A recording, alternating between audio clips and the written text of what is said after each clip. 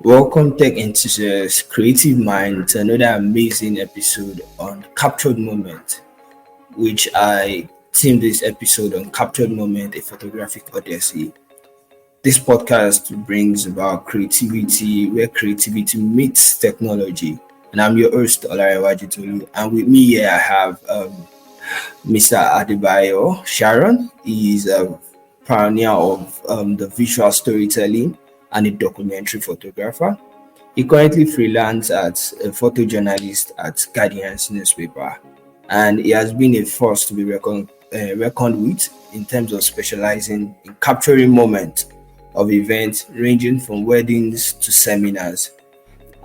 His brand is also known as the SharonpiXels and has graced a lot of publications and has made waves in various print and social media platforms. Join me as Adebayo shares his journey on unveiling the act of composition and his unique perspective. Hi, welcome, Sharon. How are you doing today? Yeah, I'm good. Thank Yes, you for having me. you're welcome. So, we're actually discussing unlocking the secret of art of composition through the lens. So, from your own perspective, I want to hear how do you understand talking about compositions, right? How do you understand the aspect of the rule of thought in composition? Okay, so the aspect of rule of thought. So before diving into all this, I'm sure you understand that this is one of the technical terms in photography. And rule of thought. We have a lot of technical terms in photography, and this is one of them. We have the rule of thought, and as we go on, I feel we'll talk about the remaining one. So starting with the rule of thought, it is very important. As a photographer, you don't just want to go around and shoot like just randomly without having anything to make what you shoot neat, a target neat. So it has to be organized. And rule of thought is one of the things that will help you to do that, make it possible for you to compose your images. So when you have a particular subject, you can be able to position it aright, and be able to put it in the right angle where whenever someone look at your image, they are just going to be directed. It's not like you are they're seeing some kind of bends, or kind of the eyes is not leading them to anywhere. They just see everything random. So how I understand the rule of thought to enhance composition is that it's help you to position your subject and make your image more communicative to your viewers. So it's very essential when it comes to some scenarios. You just have to put them. You don't want to just put them in some spaces that you've killed, or you've abandoned some kind of details that is meant to appear in some images. You just abandon it, just shooting just the subject itself. But when it comes to rule of thought, you position it with all the details you want to make to also feature in that image. So rule of thought comes in whether you put it by one side of the left, or you put it at the top right corner. It's kind of a grid line. So that's practical. It's kind of a grid line. So you have two vertical lines, then you have it segmented by two horizontal lines. So you pick the dots. I'm kind of practical now. So you pick the I get. position your subjects. So, It is very essential. And as we go on, I think we'll discover how other composition comes in. Other terms, I mean, Exactly. come in Thank you. in background composition. So the fact where you mentioned it's being neat, being arranged, you want to direct the eyes of the whoever is looking at your photograph and trying to make it in a much more neat way. So moving on, the question of composition, yes, we've talked about rule of thought. Now moving on to leading lines. What do you understand on the concept of leading lines? Yeah, most people that are just coming into photography must have heard of rule of thought, which you've just explained. Now, the concept of leading line in photography and how did they contribute in creating those visually engaging image? So, what's your perspective about leading line? Can you elaborate on it? All right. So as I've said, in photography, you should learn to apply all these things. So leading line is one of the techniques used in composition, and leading lines come in. You asked about the application, so we can apply leading lines by first of all seeing it. If you don't have an eye for it, I don't think you'll be able to communicate it in your images. So wherever you go to, you have a lot of locations that there are some hidden leading lines that if you only have the eye, that's when you can see it. So as a photographer, you have to first of all have the eye, have the eyes, and you should have the thoughts. So there's something they say: think before you click, think before you click. So if you first of all get to a particular vicinity with where you're shooting, and discover these terms, discover where you need to frame your subject. I'm going to another subject now, but let's just stick to the leading line. So discover where the thing you have to discover in a particular environment you're shooting, or in the particular field you're shooting. So there's a lot of things that you can use to you know exemplify these terms. So leading lines is very essential, because when I look at subjects that have leading lines, there's a particular thing directing me to a place when I look at your image. So it's very essential. It's not just taking your viewers to just look at it. It's leading their eyes to a particular point where maybe your subject is, or is taking it to a particular scene where something is happening. So leading lines is kind of, it's just like the way the name says, it leads your eyes towards a particular part, which is the main subject. You get. So leading line is in an elaborate manner, it's actually help in the uniform communication of your viewers towards your subject. You get. So it's very essential in photography, and anyone that actually want to do and apply this have to be yes, as I've said, have the eye. You should be able to discover this. It's not a thing that you get to a point and you say this place is for leading line, this place is for, it's not like that. So you have to be the one to figure that out yourself. Sure. If you are able to, I wish that display some kind of example so you can able to know this. So there are a lot of examples. Just browse on leading line. When you go online, you see a lot of examples, and we're able to know what we're talking about.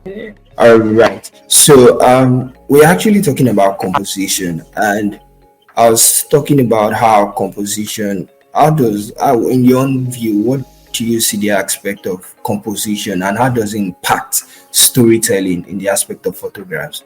How does composition? We spoke about rule of third. We spoke about leading lines, and there are other composition aspects that we will not talk about. But in the whole aspect, how do you think that composition impacts storytelling?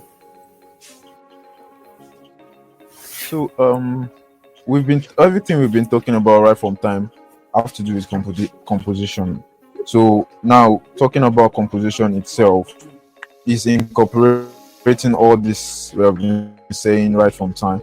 It's the leading lines, putting it in, the rule of thought, putting it in. This is all what's actually determine the composition we're talking about. So composition is very essential. Like whatever make you stand out in photography, it's composition. Like one of the things that make you stand out.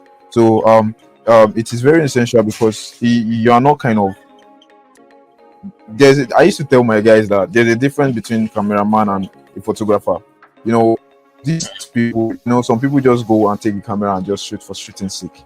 But someone that is after something is going to not just shoot, he's still going to come back and touch and look at the image, and he's going to look and screen and kind of make sure it is balanced.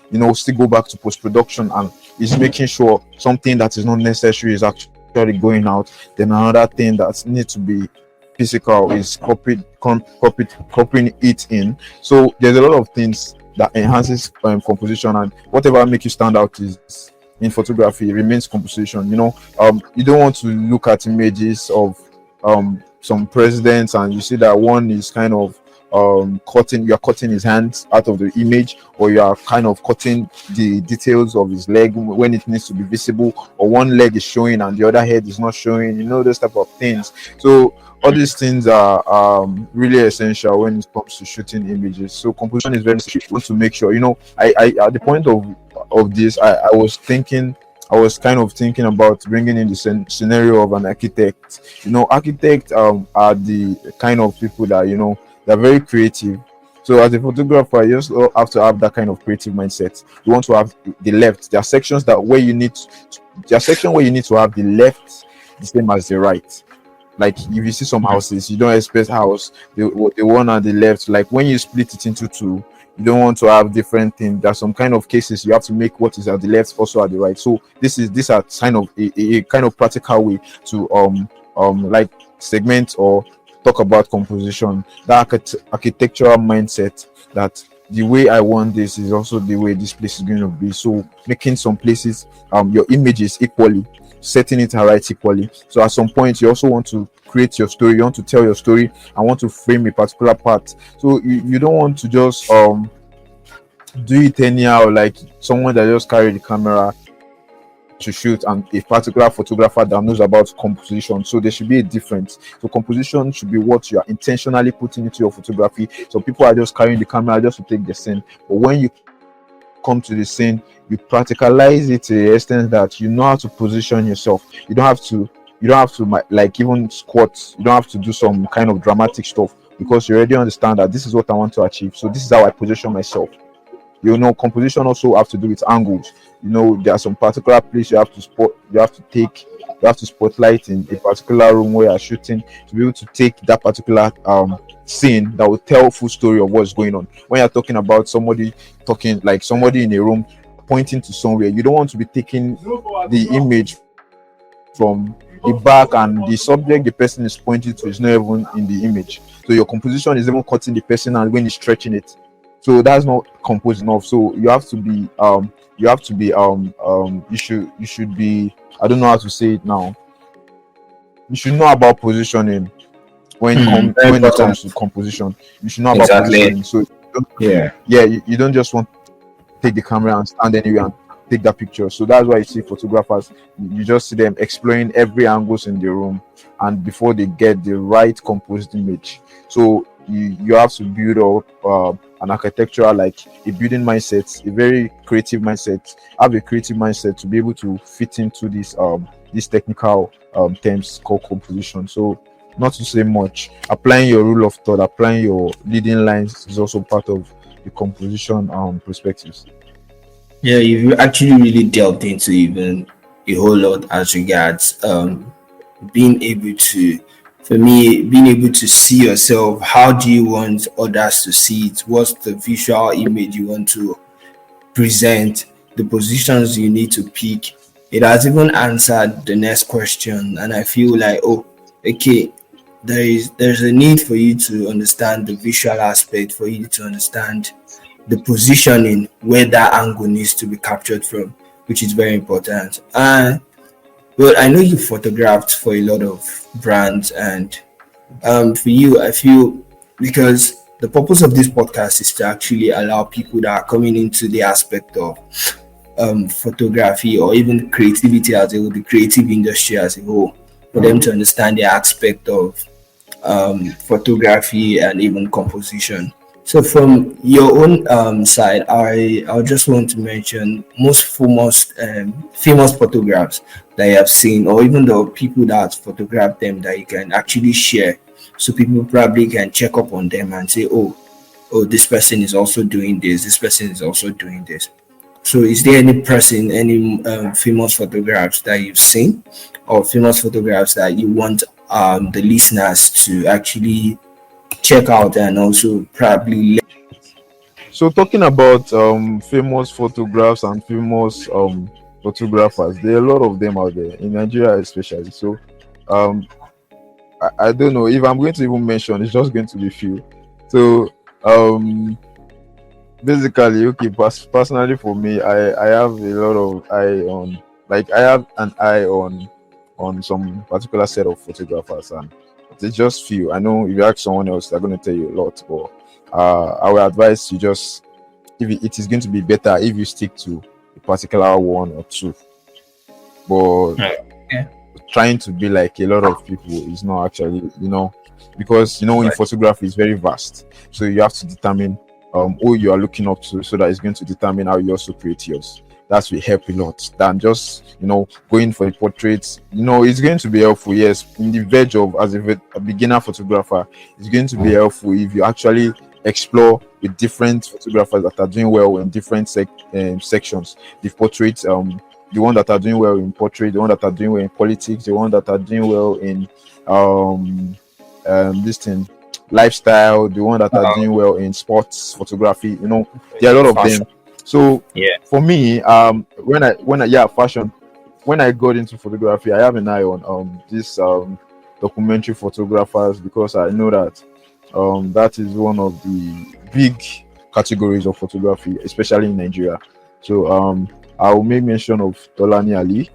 A lot of people are familiar with her. She was a photographer to the vice president, the former vice president, Yemi Osinbajo, Tolani Ali, and have an eye on someone else, Bayo Omoboriwo, which is also the former photographer to the president. So Bayo Omoboriwo is like someone I even have access to now. After he's done, like he's my direct, he's someone I can even walk up to now and ask. I've been working with him lately. So these are documentary photographers, and they actually did a good job documenting the politicians. So these are a few of some of them. I also have for the portrait photography, wedding photography, I have an eye on for the wedding photography, someone, I shoot weddings also at the same time. I'm a photojournalist, and I also at some point do some commercial. So someone I look up to for wedding photography is one of the person doing well in the industry, which is Big H. If you know him, his name is Henry, but his brand name is Big H. Yeah, so Big H is actually he's a big guy in the industry that is doing well. I also have Emmanuel Yeleke, for portrait photography and also sports sometimes. He's an ambassador for Canon. These are big leaders, if you hear photographers that are actually influencing people, you will hear their name. Yeah, so Emmanuel Yeleke shoot for Canon. He's an ambassador. I've seen him once. So you see their images, like shooting images in the studio. These people actually know the techniques in light and everything. And talking about this composition of a thing, I think that's what these people apply. When Big H is shooting, you should go check him and you see how he use things around him, to actually apply these techniques to the composition of whatever he found in any location he goes for wedding shoots. Same thing as Bayo, making use of the gardens, making use of the airplanes that these politicians used to go around the world, framing them with every kind of elements they find around them. These are things that these people apply, and whenever you go through their page, you see that it is not just a little thing. They have the eye, they have the creative mindset, and they're able to communicate across. So you can't just see that their principle and just see like their picture anyhow. If you discover the picture, I've never seen any blurry or kind of shabby picture of President Muhammadu Buhari, the former president, because of these people take their time to understand the power of storytelling. Storytelling basically, as documentary photographers, they do storytelling. So you don't just want to shoot images that will just show Buhari, that will just show him he's talking. You want to also frame it with the theme of the program he went for. When walking into the door, you want to frame it with the particular theme of the event or of the conference. You don't just want to frame him his face. You are just seeing the face. Photography is more than that. There are elements around. We don't talk about elements. So there are elements around, elements that also help you in composition. You don't want to like close your eyes to this one is not necessary. You have to be very technical. You have to be very very smart enough to discover things in every environment you go to shoot. So these people are the people I can actually say few of them in photojournalism a lot too. Beginner photographer, you should know the one you want to go for. Okay, me, I choose this part. So doesn't mean when you now choose this, eventually you will be fine. So you should know what works fine for you. There are some photographers, they end up only in the studio and they are really good at it when it comes to the studio. And you can't expect me to be as good as those ones in the studio. Yes, I shoot in the studio, but you can't compare me with someone that really major in the studio and he has already know the light setups and everything. You get so pick your own person, pick your these people also help you pick the niche. When you eventually say let me even try this and you see that man is stressful, you don't want to bring. I have mentors, I have some kind of instructors that an instructor told me just let wedding photography go because he cannot, like, he just admit that see it is not for him. And it's not for him because how you be shooting and be saying I'm rushing, it's killing the creative prospect in that kind of job. So he just had to forgo it and be like, he's not doing wedding photography again. He's just going to focus on his studio portrait and everything. And it's fine, he's doing well. So basically, you don't have to do everything. But at the point of getting what you want to do, you try everything. That is just it. So these are the few examples I think I can mention. You can go online and search more. Yeah. Yeah, thank you very much. I think you've actually delved more into the aspect of choosing your own niche in photography and even choosing the people you want to look up to, the mentors you want to look up to. Yeah, so I feel as composition is there, we also need to understand the aspect of colors. So I feel, what do you think is the role of color play in composition, and how can photographers make use of these colors to enhance that visual impact of their image? So what's the role of color in composition? The complementary colors. I think there's in my last workshop, I was told, I was trained by luckily, like I was trained by fashion, someone that is close to also this fashion photography, and understanding color for him. We even went to the extent of showing us some apps that make you to understand how to mix the app that show you how to mix secondary colors and everything. You get when kind of setting up for your clients in the studio and everything. So there are kind of, there's a lot of techniques to this color thing. You should be able to understand when you want to shoot someone, the cloth must be able to, it's going to be so advantageous for you if you are able to pick the particular backdrop that will work and align with the color of the cloth the person is shooting with. So your subject matters. Was the kind of flow, was the kind of combination. At some point, it should be so good to even kind of select, and it depends on how you work on it. For me now, I'm still working on mine, because at some point I even browse. If I want to wear my clothes some days, I kind of browse and do like, does this color go? Before Google now tell me, okay, these are the colors that go with this. So these are the practical things you can do in knowing how to communicate colors. So that's the mile of it. Color is another kind of aspect. You have to be, if you really want to deal with fashion photography, you have to intentionally go know how to put merge and put them right, so that it's not like you're communicating. Yes, creativity comes in some kind of crazy things, that way the corporate is, but at the same time you still have to go and learn the kind of technical part for coloring when it comes to shooting photographs. Exactly. Thank you very much. I think you've actually done some little, because understanding colors while photography and even compositing your images is really important. Yeah. So the last question, before the second to the last question before we end, the aspect of because this podcast has to intertwine between creativity and tech. So the aspect of the post-processing software, how do you feel it has influenced the way photographers approach composition? That's in terms of this post-processing softwares, the likes of Photoshop, the likes of Lightrooms and other post-processing software. So what do you think, how do you feel in your own perspective has influenced the approach to? So you mean post-production? So it has helped a lot.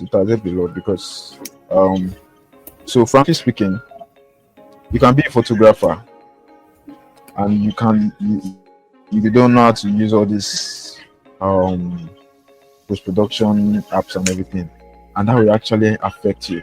You can have the best gears in the world and shooting with them, but what makes you stand out is what you do at the back after shooting. That's what I feel. So I got to meet Bayo Mobile, the former presidential photographer, and he understood this. He's a very um he's a documentary photographer full of concepts. He's there. Let's just say, yeah, he's there. So, but imagine him saying he had to fly, like he had to pay, like make sacrifice to make sure he learn how to edit. So editing is another aspect in photography. So you are not just a photographer. Whatever make you stand out is what you touch in your image. So any image that you see like flying out there doing well, most of them are done in the post-production place.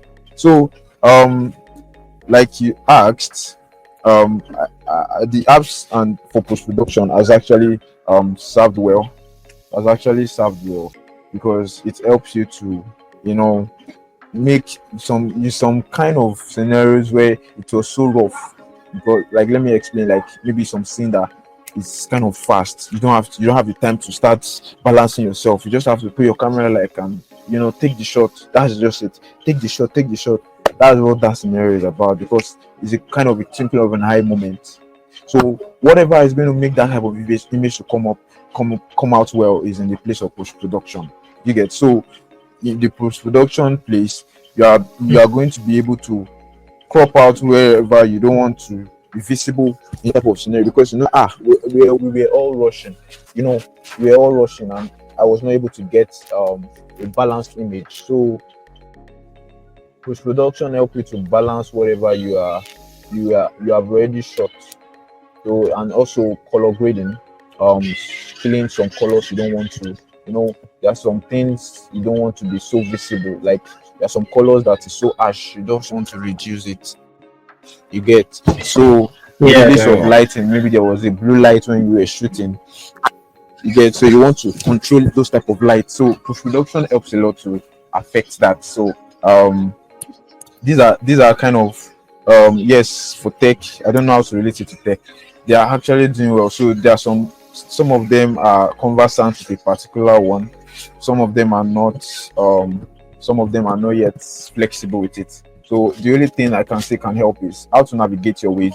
There are few classes that will actually talk about this post-production thing, and the only thing I can actually advise is you can go online, how to explore these apps. We have Lightroom, we have Photoshop, we have Caption One, we have Pixel. Some of them on the mobile apps, on the mobile store you get. So these things we all started. I started from the phone, the mobile apps, using Snapseed to put cloud on my stuff. So this app help to either help to spoil your image and also help to enhance your image. It depends on you. You have to be also carrying that creativity you used to shoot, take it also to the post-production arena. So in enhancing post-processing software has transformed the creative landscape for photography. So it has actually transformed the creative landscape. So it offers versatile sets of tools to refine. It refines your work after going out. It refines your composition. It elevates the composition after you've done it in a manual setup. That's when you are holding the camera. It has elevated the approach towards composition, allowing photographers to push boundaries of their artistic expression. You get to go beyond the boundaries of the manual one. It helps you to even kind of manipulate. You get some kind of things into your images, and people are going to be like, how? When people see that image, they'll be like, how can this be? It puts people in a very trickish kind of introspection. Like, how could this be? The story you're telling was so wow. Some photographers are actually majoring on that. I've forgotten this guy name on IG that you see sometimes he brings some kind of hospital this thing from the Bible. He does the man, but he goes back and manipulates, and you see that there's a kind of a covering in his mouth. I don't know if you have seen that picture. There's a covering in his mouth coming out from the Holy Bible. The man is holding, kind of, that's his breath. So those are kind of communicating stuff that the production can help to communicate. You get, so there's a lot of them to explore in the post-production.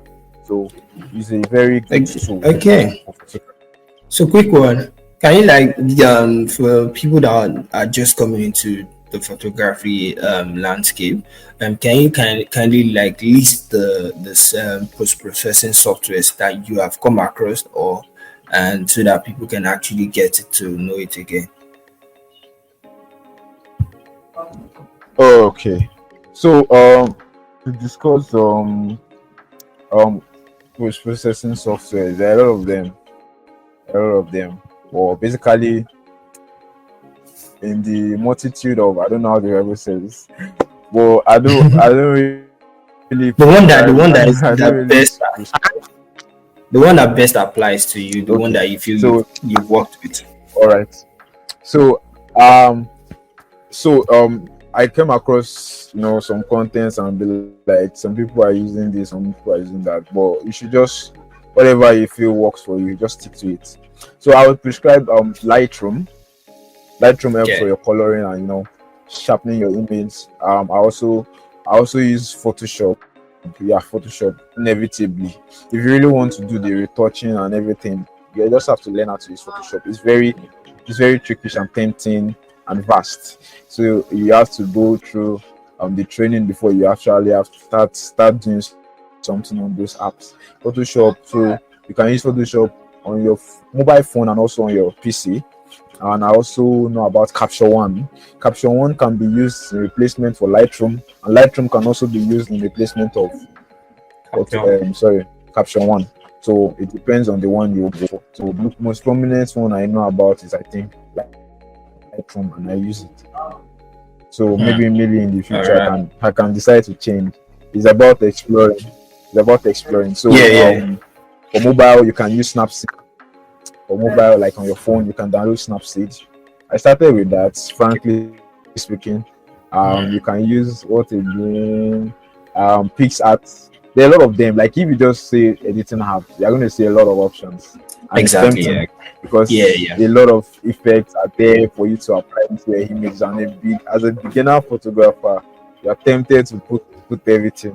When you see vibrance, you kind of put it to the end. When you see saturation, you put it to the end. So it's very tempting. So don't be so hasty to actually, you know, there's something that happens when you start touching your image. When you see a kind of visible effects when you start editing, you kind of wow, and just move it to the end and be like wow. Then from there, you forget to even think that it's too much or not too much. You just push it Too out, much. and Exactly. that's what beginner photographers, and it is it is something valid, and yes, it's something valid and viable that happens to every beginner photographer, especially when you start with your phone. So, but not everybody happens to like that. So, but you should, yes, do the mistakes. Like, feel free to do the mistakes and be ready to get correction and improve as time goes on. Yes, increase it, do everything. Wow, wow, and even upload it. Like, do your thing. You get, so from there you start seeing comments and be like, yes, it is nice, but try to do this. And from there you get, how to adjust, and from there you start discovering what you like when you want to edit your picture, what you want to increase, what you want to decrease. From there, so explore. That's what I would just say. Explore as much as you can, but at the end Exactly. you're going to discover the one you have to settle for.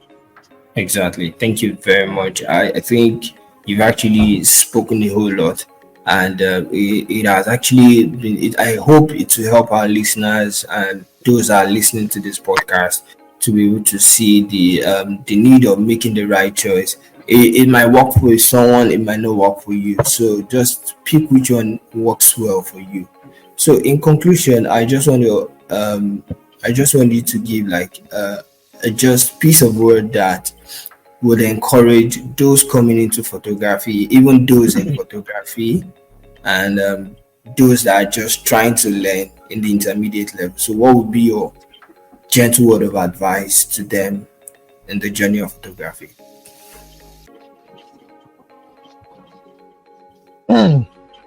So okay, it is a very you're putting me in the spot question. Oh god. So I'll just try my best. So yeah, welcome to everyone everybody coming to photography newly. I'll say you're welcome. Nobody actually told me welcome when I was coming. So, but hearing this from me is you're welcome. So, one thing I would like to say, to someone coming up with, because we all started from somewhere. So, um, one thing I would like to say is that be intentional about what you want to do. You get there are times and where you're coming into. Photography looks simple in some people's eyes, but understand that the way you take this photography of a thing, the way you handle it is also how you handle a lot of things you will come across in life. So I was telling someone yesterday, the little thing matters. The little thing matters. So if the way you carry this thing is how you are going to go far. So you have to be very intentional to come into this and know that yes, I am actually doing photography. And eventually when you are in, you will have every reason to even stop. You have every reason to not even hype yourself. But one thing I'll tell you is that don't be discouraged. You start up, you don't even know, you have never been to a workshop class, you have never been to anybody calling you to come and say, this is how to do it. Don't give up. See, one thing that helped me was at everything, no matter, I started with like shooting with, I started shooting with my phone. Like the least phone I had then, that was the only thing I had to shoot. So whatever you have, that is the right time to start. That's what I'm going to tell every beginner. You're not going to start with the best camera in the world. You're going to start with that thing in your hand. So whatever you have, give you every reason to start. So start with what you have and be ready to improve. Be ready. Open your mind to whatever comes in. So start with what you have. Continue doing what you have to do to get there, and have the mindset that very soon I will hit it. So that type of mindset will make you to continue. Get so you have to continue whatever you're doing in life. Consistency is very key. So shoot those things that inspire you. Wow, this is beautiful. Take up your phone and touch it, like, and shoot it. I mean, so shoot it with your phone. See how it looks. Push it out there. Write some stories about it. That's what helped me.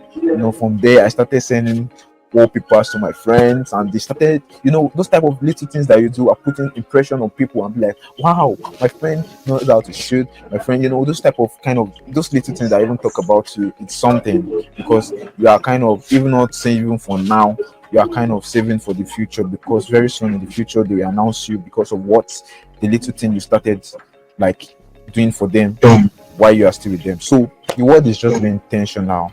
Just do what you have to do at this time. You don't have to wait for the future is coming. I will start when I grow up. So do whatever you have to do with what you have now, and continue. Be consistent, and don't be discouraged. Don't be discouraged. Clothes with people that will push you up there. Try to be intentional in connecting with people that will help you, and just be open-minded, because a lot of things will come to bring you down. But an open mind will be able to pick up himself again and go up. So your camera, the one you have, is the best camera.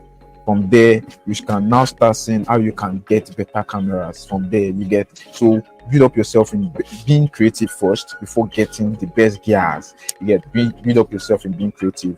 Have that eyes. You can start thinking first with your mind. Like, start thinking before you actually get that camera that will make you Exactly. like show exactly what was in your head. So start with your phone. Start with the small camera you have. Start with the small light you have, and you can do a lot more with whatever you have. That's just the thing. So when you hit it, you even look back and be like, yes, this is how I started, and you'll be able to tell someone else to start like that.